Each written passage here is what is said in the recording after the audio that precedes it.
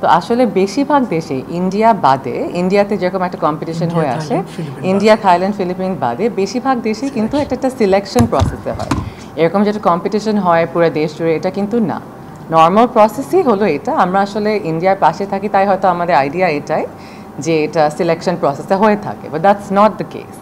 So আমাকে যেভাবে মানে সিলেক্ট করা হয়েছে, I'm quite happy with it and I trust my national directors যে ওনারা আমাকে কিছু দেখে কিছু বুঝেই চুজ করেছে, and I hope আপনারা আমার উপর বিশ্বাসটা রাখেন যে আমি আমার দেশটাকে ওভাবেই মানে প্রমোট করতে পারবো, ওভাবে একটা গ্লোবাল প্ল্যাটফর্মে সবাইকে দেখাতে পারবো যে বাংলাদেশ আসলে কি, আমি বাংলাদেশি।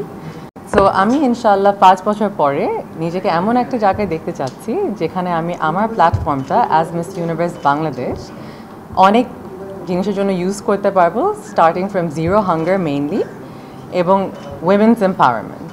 আমি চাই যাতে আমি এই দেশটাকে একটু প্রোগ্রেসিভভাবে এগিয়ে নিতে পারি।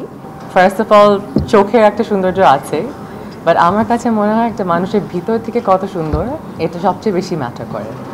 সো সেটা অনেক দিক দিয়ে হতে পারে, সে একটা মা হিসাবে কীরকম, সে মানুষ হিসাবে কীরকম, সে অন্য মানুষের জন্য কি করে, এগুলো সব কিছু মিলিয়ে একটা মানুষের সৌন্দর্যটা বেড়ে চলে আসে।